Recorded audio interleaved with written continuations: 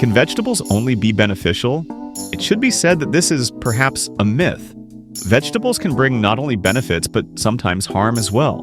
The fact is that some vegetable crops can have not just positive, but also negative consequences for our body.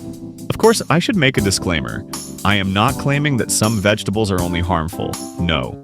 But some vegetables can cause harm under certain conditions, if we eat them in excessive amounts or if we have specific contraindications.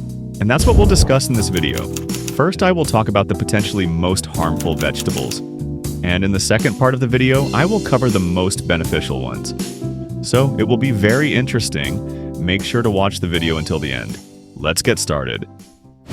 So item number 1 is potatoes.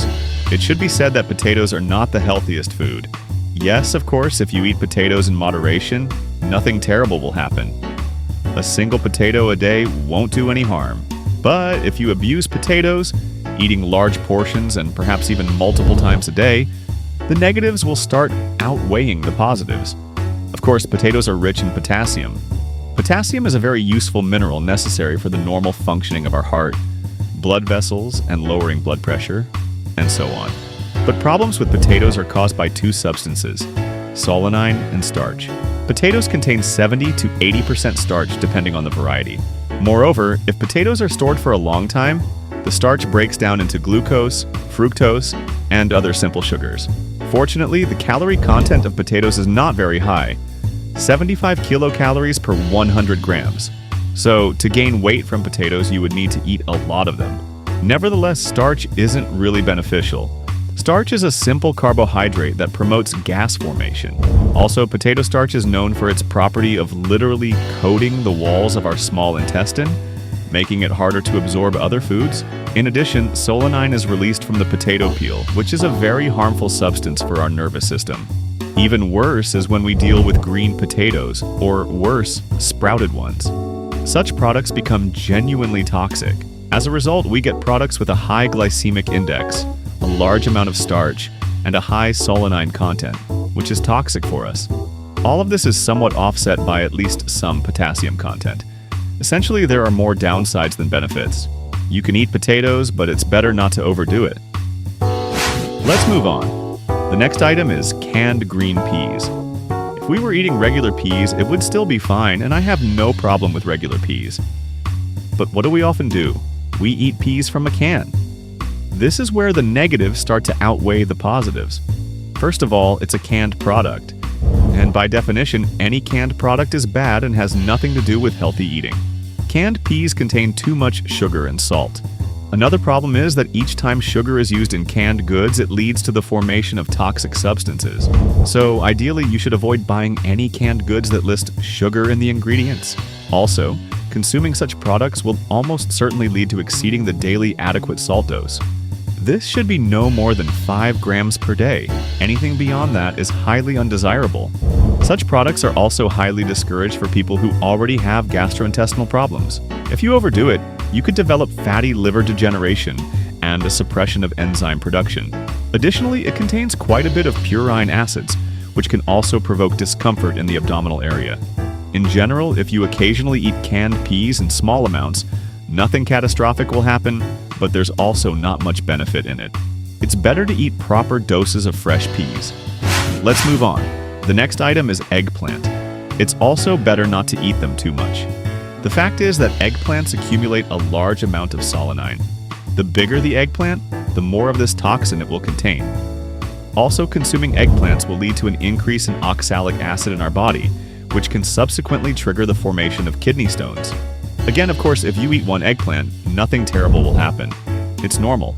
And I'll say again, it's all about the quantity.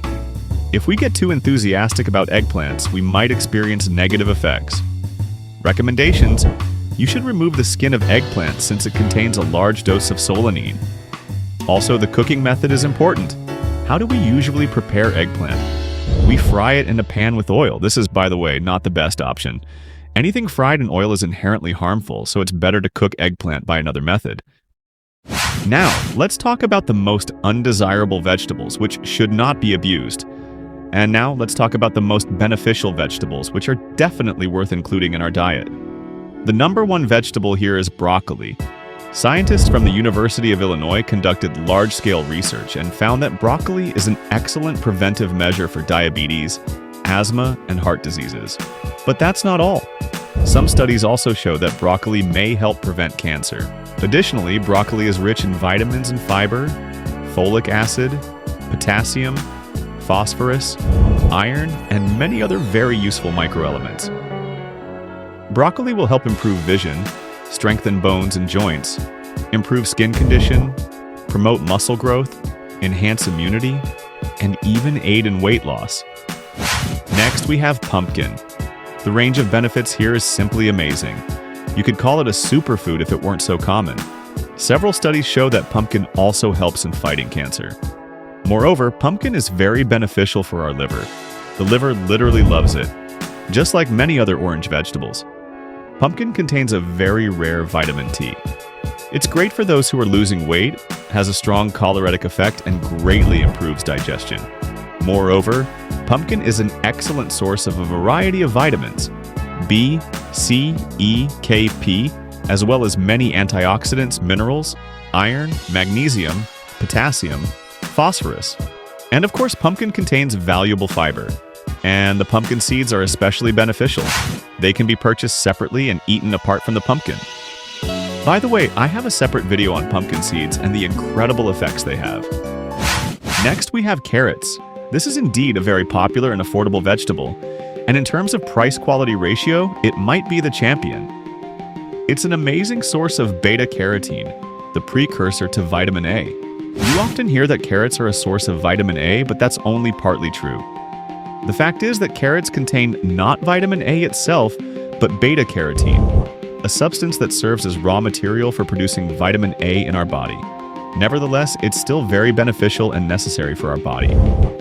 Carrots also contain a lot of fiber, vitamins B, P, E, K, C, and minerals, potassium, iron, phosphorus, magnesium, iodine, and fluoride. Carrots are known to have a positive effect on vision.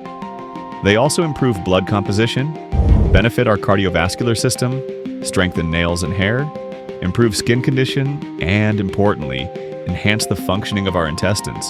So I would include this vegetable in my diet every day. By the way, friends, leave a comment about which of these products you eat or perhaps have completely eliminated. It will be interesting to hear. And now, I highly recommend watching my other video where I talk about the effects of pumpkin seeds and the benefits they bring. This video will complement what I discussed here. Make sure to check it out. The link to the video has just appeared on the screen. I've also left the link in the description and in the top comment, pinned.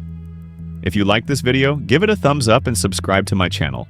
I'll see you in the next video about pumpkin seeds. See you soon.